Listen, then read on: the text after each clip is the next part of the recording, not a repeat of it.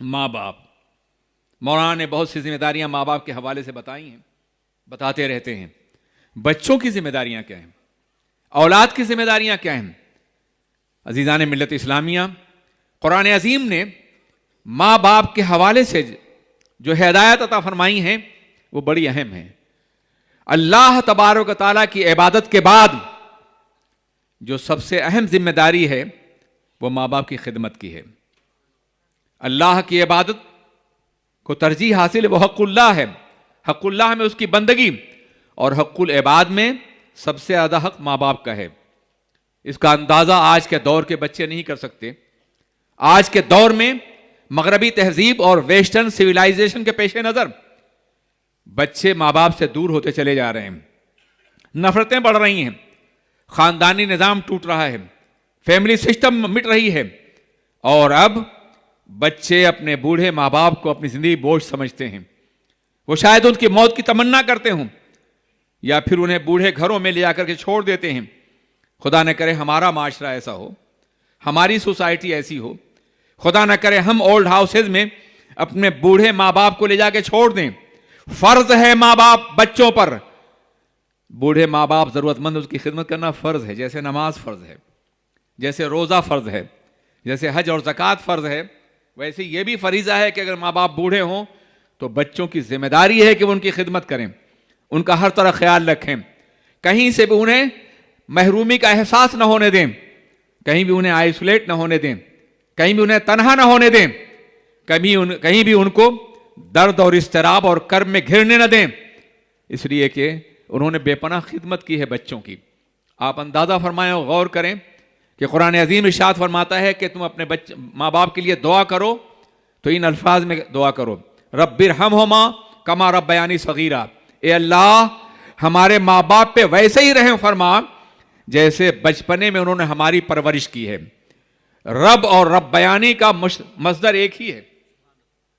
بہت حسین انداز ہے اپنے بندوں کو توجہ دلانے کے لیے۔ اللہ فرماتا ہے کما رب بیانی صغیرہ، میرے بندوں اپنے ماں باپ کے لیے اس طرح دعا کرو، میں رب ہوں، میں پروردگار ہوں، مگر میری ربوبیت کا اظہار تمہارے ماں باپ کے ذریعے سے ہوا ہے۔ میں خالق ہوں مگر ماں باپ کے ذریعے سے تمہاری تخلیق ہوئی ہے۔ میں پالنے والا ہوں مگر ماں باپ کے ذریعے سے تم پلے ہو، اس لیے میری رحمت اسے کیسے فراموش کر دے جو میرے حکم کی تعمیل میں تمہاری تربیت میں لگی رہی ہے۔ کما ربیانی صغیرہ۔ عزیزان ملت اسلامیہ، ایک وجہ تو یہ تھی، دوسری وجہ یہ تھی کہ اللہ تبارک و تعالیٰ یاد دلانا چاہتا ہے کہ تم اپنے بچپنے کو یاد کرو، جب تم چل نہیں سکتے تھے تمہارے ماں باپ چلاتے تھے، تم کھا نہیں سکتے تھے تمہارے ماں باپ تمہارے منہ میں لقمہ ڈالتے تھے، تم بستر پہ غلاظت کرتے ماں باپ محبت سے دھوتے تھے، تم نادانی کی باتیں کرتے اس پہ مسکراتے تھے، تمہیں ایک دو روز تک نہیں، شباب کی آمد سے پہلے تک انہوں نے تمہارا بوجھ اپنے بازو میں اٹھائے رکھا، تمہاری پرورش کی، تمہیں پالا، اور تمہاری ماں نے 9 مہینے تک تمہارے وجود کا بوجھ اپنے شکم میں برداشت کیا، 2 سال تک اپنا خون جگر دودھ کی شکل میں پلایا۔ وہ بہت عظیم ہیں، اس لیے اس طرح دعا کرو کہ جس طرح انہوں نے ہماری پرورش کی ہے، اللہ تبارک و تعالیٰ ان پہ رحم فرمائے۔ عقائد و جہاں حضور رحمت عالم صلی اللہ علیہ وسلم نے ماں باپ کے لیے دعا کو ہماری نمازوں کا حصہ بنا دیا ہے۔ دعائے معصورہ ہے، رب اجعلنی مقیم الصلاۃ ومن ذریتی ربنا وتقبل دعا ربنا اغفر لی ولوالدی وللمؤمنین یوم یقوم الحساب۔ ایک بچہ اگر نمازی ہے، دیندار اور پرہیزگار ہے تو 1 سال میں ماں باپ کو یاد نہیں کرتا، کبھی کبھی یاد ہے، ہر نماز میں یاد کرتا ہے،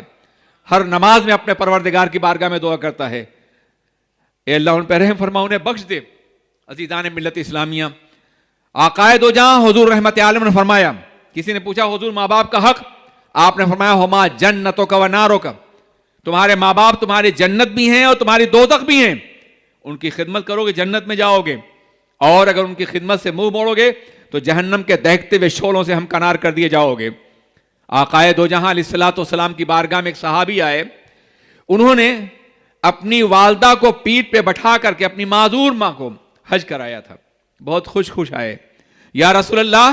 میں نے اپنی ماں کو پیٹھ پہ بٹھال کے حج کرایا ہے، کیا میں نے اپنی ماں کا حق ادا کر دیا؟ تو اللہ کے رسول نے فرمایا نہیں، تمہاری ماں نے تمہاری پیدائش میں جو جھٹکے برداشت کیے ہیں اس میں ایک جھٹکے کے بھی حق ادا نہیں کیا ہے۔ ماں باپ کا حق تم کبھی ادا نہیں کر سکو۔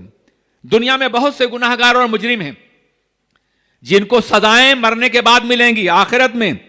مگر ماں باپ کے بارے میں یہ بتایا گیا ہے کہ ماں باپ کا گستاخ، ماں باپ پہ ظلم کرنے والا، ماں باپ کو ستانے والا، ماں باپ کی نافرمانی کرنے والا مرنے سے پہلے ہی اپنی سزا سے ہمکنار ہو جاتا ہے، ذلیل ہو جاتا ہے، رسوا ہو جاتا ہے، دنیا اسے اپنے ٹھوکروں میں رکھ لیتی ہے جو ماں باپ کی نافرمانی کرتا ہے۔